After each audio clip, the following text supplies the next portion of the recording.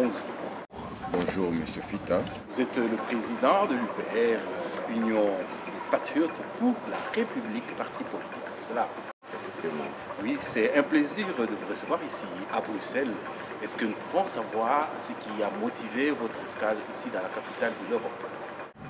Vous savez, depuis le mois de novembre l'année dernière, 2013, nous avions commencé une tournée internationale pour expliquer aux tenants du pouvoir du monde la situation du Congo et la possibilité d'un changement politique rapide et avec la stabilité, la paix qui devrait régner dans notre pays. Vous savez, nous sommes le Congo et depuis plus de 20 ans dans une situation chaotique. Nous sommes tombés si bas et nous avons commencé notre bâton, nous avons pris notre bâton de pèlerin pour commencer notre mission de lobbying auprès du Vatican à Rome, où nous avons été reçus de très haut niveau au mois de novembre 2013. Après Vatican, nous avons été invités au Congrès américain au mois de février. Précisément le 11 février, j'étais au Congrès américain avec M. Russell Feingold, le sénateur américain qui a été chargé par le président Barack Obama pour trouver les voies et moyens pour la stabilité, la paix dans le Grand Lac et précisément en République démocratique du Congo. Vous savez, pendant notre temps à Rome, il y avait cette situation d'instabilité créée par le M23 à l'est du pays. Et lors de notre passage, avant notre passage à Washington, le M23 a été démantelé avec la position positive de Washington et de Londres. Et voilà, pendant mon séjour à Washington au mois de février, après mon discours au Congrès que tout le monde avait suivi, face à Russell Feingold, l'envoyé spécial de Barack Obama pour le Congo, la République démocratique du Congo et le Grand Lac, voilà, j'ai été convié par des amis à Washington pour que nous puissions penser le changement politique du Congo. De la résistance politique du Congo à Londres, nous avons été commués sur la demande des amis à Londres et à Washington. À partir de Washington, nous avons fait même une interview assez longue pour expliquer notre changement de fusil d'épaule. De la résistance, nous avons créé l'Union des Patriotes pour la République, UPR en cycle, qui est un parti politique. Et nous avons aussi, nous nous sommes aussi positionnés pour les élections présidentielles de 2016 comme candidat président sur la demande des amis américains à Washington en février. Donc depuis février, nous sommes lancés dans une campagne de lobbying pour expliquer à la communauté internationale, essentiellement aux Américains, aux Anglais, les tenants de la situation qui prévaut au Congo et dans le Grand Lac.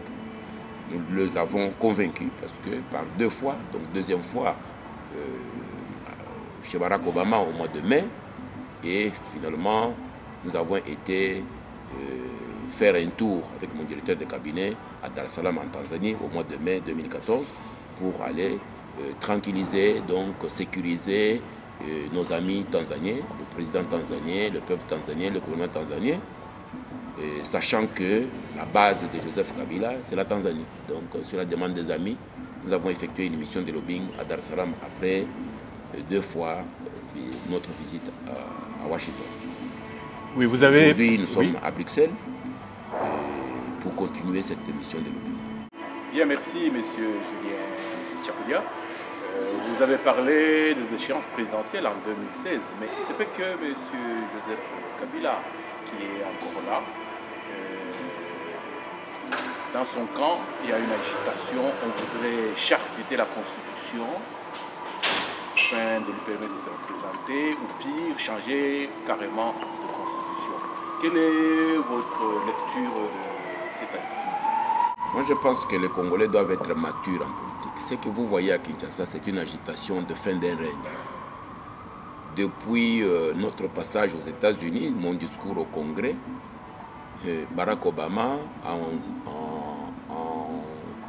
nommant Ras Fengol comme son spécial envoyé pour le Grand Lac et la RDC, déjà les titres envoyé spécial pour le Grand Lac et la RDC, ça devrait questionner les Congolais. Pourquoi le Congo, qui est déjà pays de Grand Lac, pourquoi on ressort la RDC dans la nomination de Fengol? Donc, ça veut dire qu'il y a une attention particulière du président américain. Il y a un œil particulier de Washington sur l'avenir du Congo. Donc, Fengol a une mission d'aider Obama à sécuriser le Congo et à sécuriser le pays de Grand Lac. Et nous sommes dans cette logique-là, avec Washington et Londres, pour que tout ce qui s'était passé au Congo ne puisse plus se répéter. Nous sommes maintenant dans une logique de relancer un climat de paix, de stabilité, de sécurité dans toute la sous-région de Grand Lac, pour que nous puissions permettre aux affaires de pouvoir démarrer et que le Congo puisse pouvoir se développer. Mais depuis que Barack Obama a pris cette position vis-à-vis de Joseph Kabila, depuis que Washington a fait savoir à Joseph Kabila que 2016, ça ne va pas être comme 2011, voilà, il y a l'agitation de tous ces gens qui sont de tout le vautour qui sont autour de Joseph Kabila, qui croient que le Congo se limite à la grandeur de leur ventre. Donc, le Congo, c'est un grand pays.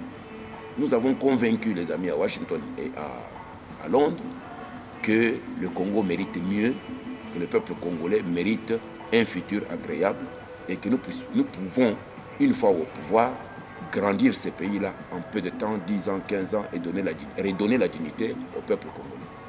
Donc, il n'y aura pas de changement de constitution.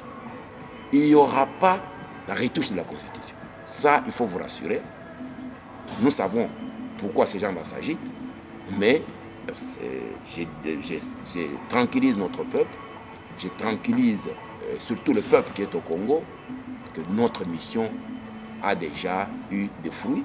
Joseph Kabila connaît personnellement la position de Washington et de Londres sur lui et sur l'avenir du Congo. Joseph Kabila ne sera plus président du Congo. La Constitution ne sera jamais touchée, ni par ses articles, ni en profondeur, comme ils veulent le faire savoir au peuple, parce qu'ils n'ont aucune décision sur l'avenir du Congo. La décision du Congo est à Washington et à Londres. Et nous sommes avec les vrais acteurs de cette décision. Vous avez dit que vous êtes à la tête d'un parti politique désormais. Est-ce que nous pouvons comprendre qu'au pays, vous avez déjà mis des structures qui font en sorte que il y ait des ramifications jusque dans les fins fonds de la plupart des villages? Moi, je vais rassurer les Congolais. Je vais dire que nous avons déjà des gens dans différentes provinces. Nous avons des personnalités, femmes et hommes congolais, des Congolais et des Congolaises qui sont déjà à l'œuvre à l'intérieur du pays. Nous sommes en train de faire en sorte que notre parti puisse être reconnu officiellement au Congo. Parce que depuis RCD, RCD Goma, tout ça, tous ces partis politiques qui sont venus s'installer au Congo n'existaient pas encore. Donc c'est des criminels qui, après avoir génocidé le peuple, après avoir violé, pillé, et qui s'est commis en politiciens qui viennent à Kinshasa pour créer des partis politiques et puis commencer ce qu'ils ont appelé les processus de démocratisation. Donc l'UPR, c'est un parti politique nouveau qui va avoir un impact important dans l'avenir du Congo futur. Nous sommes en train de travailler tranquillement pour préparer 2016. Comme je l'ai annoncé à Washington au mois de février, nous allons travailler avec le peuple congolais, avec la jeunesse congolaise, pour qu'il y ait un autre élan politique, afin que notre jeune démocratie puisse être protégée et puisse être aussi agrandie. Donc, l'expérience que nous avons connue en 2011 avec les élections nous a démontré que à Kinshasa, on ne prend pas le pouvoir avec la majorité de notre peuple. Parce que, à vrai dire, je l'ai dit à Washington, au Congrès américain au mois de février, en fait, en novembre, le 28 novembre 2011, c'est Étienne Tshisekedi qui avait gagné les élections, parce que c'est lui l'homme qui est populaire et qui était majoritairement élu.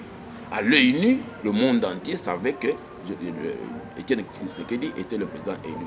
Mais est-ce qu'il a eu la commande du pouvoir? Non. Donc, nous savons le tenant et les aboutissants du pouvoir du Congo. Nous avons bien sûr besoin de notre peuple, mais nous avons aussi besoin des décideurs du monde pour que nous puissions arriver à commander le Congo. Donc nous sommes là-dessus, nous y travaillons. Nous avons besoin, j'en profite pour lancer le message d'amitié au peuple congolais pour dire adhérer massivement à l'UPR, et 2016 sera pour la grandeur avec Tchakodia au pouvoir en République démocratique du Congo comme président de la République aux élections de 2016, nous allons commencer un programme global pour le développement du Congo sur les 2 345 000 km². Pas sur le boulevard du 30 juin, pas sur le boulevard de Mumba, pas à Matongé, pas à Gombe, mais sur 2 345 000 km avec un programme global, bien défini, bien pensé, que nous avons en poche avec l'UPR. Et parlant de campagne électorale, deux questions me viennent à l'esprit. Un, d'abord les moyens. Deux, vous êtes tout nouveau. Qu'est-ce qui vous garantit que vous pourrez battre des grands partis comme l'UDPS qui ont une opinion sur les rues, donc pays depuis des lustres? Et comment allez-vous mobiliser les moyens financiers pour mener toute votre campagne électorale? En politique, on y va avec les idées, on y va avec les actions et on y va aussi avec les amitiés. L'argent n'a jamais été créé par l'homme noir. L'argent n'a jamais été créé au Congo. Le créateur de l'argent, ceux qui ont mis en place ces papiers qu'on appelle argent, ne sont pas des Noirs, ne sont pas des Congolais. Donc ceux-là, nous sommes avec eux, nous avons une ambition, nous avons un projet de société que nous allons vendre, à l'intérieur comme à l'extérieur du pays, que nous sommes en train de vendre déjà. Donc, sécurisez-vous, nous aurons les moyens. Là où il y a les hommes, on peut construire. Et nous allons tout faire pour avoir les moyens importants d'ici 2016 pour que nous puissions effectivement mener notre campagne sur toute l'étendue du territoire du Congo. Mais avant de se lancer dans cette campagne, nous devons lever des graves hypothèques. À savoir, comme je vous dit tout à l'heure, on ne prend pas le pouvoir au Congo parce qu'on est majoritaire. Joseph Kabila n'a jamais été majoritaire quand il est venu au Congo. Qui le connaissait? Personne ne connaissait Joseph Kabila. Et aujourd'hui, je vois des groupes de gens qui se lèvent. Oh, Kabila n'a pas encore fini son travail. Kabila n'a pas encore... Quel est le projet de société que Joseph Kabila avait mené au Congo? Aucun projet de société. Mais ça fait 35 ans que Tchakodia se bat jour et nuit pour un Congo meilleur. Ça fait 35 ans que nous tournons le monde entier pour que le Congo redevienne un pays viable. Que le Congolais ne puisse plus devenir des réfugiés en Europe, en Amérique du Nord, un peu partout en Afrique. Nous voudrons que le Congolais puisse jouir des richesses du Congo. Nous voudrons que le Congolais puisse devenir un peuple respectable. Nous sommes tombés si bas. Personne ne nous respecte dans le monde. Et voilà notre combat depuis 35 ans de vie. Et nous savons pour le moyen que nous allons les avoir. Nous avons des amis qui sont dans ce projet à travers le monde.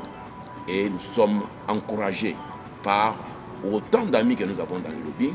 Et nous sommes encouragés par notre peuple, parce que notre peuple mérite mieux. Notre peuple a besoin des leaders, comme je disais à Herman Cohen à Washington au mois de mai, notre peuple congolais a besoin d'un bon leadership politique. C'est ce qui manque au Congo. Nous avons besoin d'une dynamique politique qui doit porter au pouvoir, à la direction de la commande du Congo, de nouvelles figures, jeunes, qui aiment le Congo, qui veulent construire le Congo, qui aiment le peuple congolais et qui ne sont pas là-bas pour voler, piller et détruire notre peuple et notre pays. Nous, à l'UPR, nous avons une ambition de donner aux Congolais le vrai Congo, agrandi, respectable et fort, où aucun pays frontalier ne puisse venir piétiner comme on piétine dans un champ sans gardien. Donc, au niveau de l'armée, au niveau de la sécurité, au niveau de l'intelligence d'État, au niveau de la police, au niveau de l'administration publique, nous allons élever les Congos et nous allons faire respecter le Congo comme territoire et les Congolais comme peuple. Le moyen, l'argent, c'est les hommes qui les créent. Donc, il faut que les hommes existent d'abord, l'argent vient après. Donc, il faut qu'il y ait un projet et le projet s'accompagne avec les moyens. Et ce sont les hommes qui vont créer les moyens. Donc, nous n'avons pas peur. Bien, avant de nous séparer, M. Julien Tchakoudia, si vous avez un dernier mot, quoique dans ce que vous avez dit, c'était pratiquement le résumé de ce que vous avez dit. Ici, il y a peut-être un dernier mot à ajouter. Le dernier mot, M. Tchekfita, nous sommes ensemble depuis des années. Vous êtes un grand militant. Comme j'ai toujours dit, je suis toujours ravi chaque fois que je vous rencontre parce que je vous trouve toujours le même. Toujours dans l'amour du Congo, toujours courageux et toujours avec une ambition d'aider le Congo à devenir le vrai Congo, au centre de Bruxelles. Donc moi j'ai dit que le temps est venu pour que les Congolais soient comme vous, qui est véritablement des fils et des filles du Congo qui aiment le Congo, qui est véritablement les fils et le Congo. Parce que le Congo appartient aux Congolais. Ça n'appartient pas à un Belge, à un Américain, à un Anglais. Mais nous sommes, le monde est tel qu'il est et il devient un tout parce que la communication est trop rapide. Mais chaque pays, chaque peuple se consolide d'abord avant d'affronter les autres. Le Congo tel qu'il est avec Joseph Kabila, il est par terre.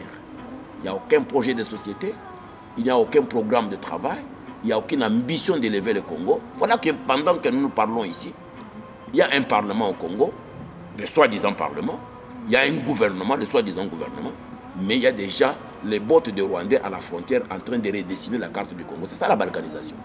Mais j'ai dit à Herman Cohen au mois de mai que c'est vous qui étiez le promoteur du projet de balkanisation du Congo. Est-ce qu'on peut s'entendre que une fois qu'on a élevé la qualité politique de la gestion du Congo, avec les véritables Congolais qui aiment le Congo, qui veulent construire le Congo, est-ce que vous êtes capable d'abandonner ces projets? Parce que vous avez dit que les Congolais sont comme des pygmées, je m'excuse du terme, qui sont sur un pays si grand à la grandeur de l'Europe et qui a autant de ressources dont le monde a besoin, mais qui est géré par des gens qui n'ont pas une conscience ou une capacité pour pouvoir tenir un si grand pays. Maintenant, nous voulons élever l'ambition du Congo. Maintenant que nous voulons donner au Congo une grande dignité, nous voulons d'abord, 1, que la Constitution soit respectée, 2, que la Constitution ne soit pas retouchée, 3, que Joseph Kabila ne se représente plus aux élections, il a assez détruit, il a assez volé. Aujourd'hui, on parle de plus de 15 milliards de dollars dans la poche de Joseph Kabila. Mais Joseph Kabila est venu en botte de jardinier. Alors vous comprenez qu'au lieu que cet argent serve à l'intérêt du Congo, à la grandeur du Congo, Joseph Kabila s'en sert pour aller placer dans des banques à travers des pays, dans différents pays. Mais à un certain moment, Mobutu était présenté comme le plus grand riche du monde.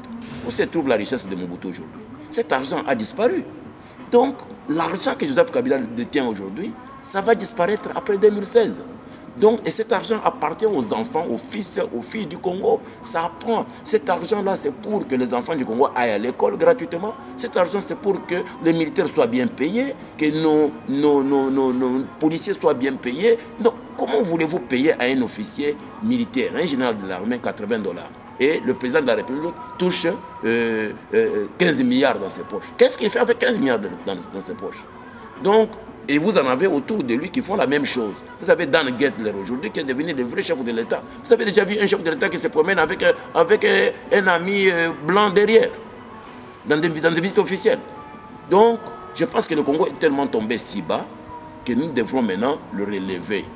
Et mon appel au peuple congolais est que si nous sommes ensemble, si nous regardons dans la même direction, comme Monseigneur Elder Camara le disait, quand on rêve seul, ce n'est qu'un rêve. Mais quand on commence à rêver tous ensemble, le même rêve, alors ça devient une réalité. Moi, je pense que maintenant, nous sommes dans la réalité. Joseph Kabila ne se présentera pas, ne se représentera plus aux élections en 2016. Ça, je le dis et je le répète et je confirme et je rassure les Congolais. Le travail est déjà fait. Joseph Kabila est en train de fermer ses bagages. Quoi qu'il arrive, vous montez, vous descendez, la Constitution ne sera jamais touchée. Ça, c'est Julien Tchakoudia qui le dit. Et je suis dans toutes les casseroles du monde.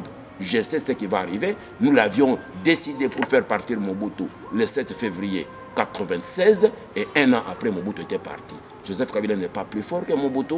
Tous ces gens-là qui entourent Joseph Kabila aujourd'hui étaient avec Mobutu. Ils savent qu'ils avaient fui avec Mobutu. Ils vont fuir bientôt. S'ils ne s'accordent pas à suivre la voie de la démocratie pour qu'on fasse les élections, leur porte sera la fuite comme du temps de Mobutu.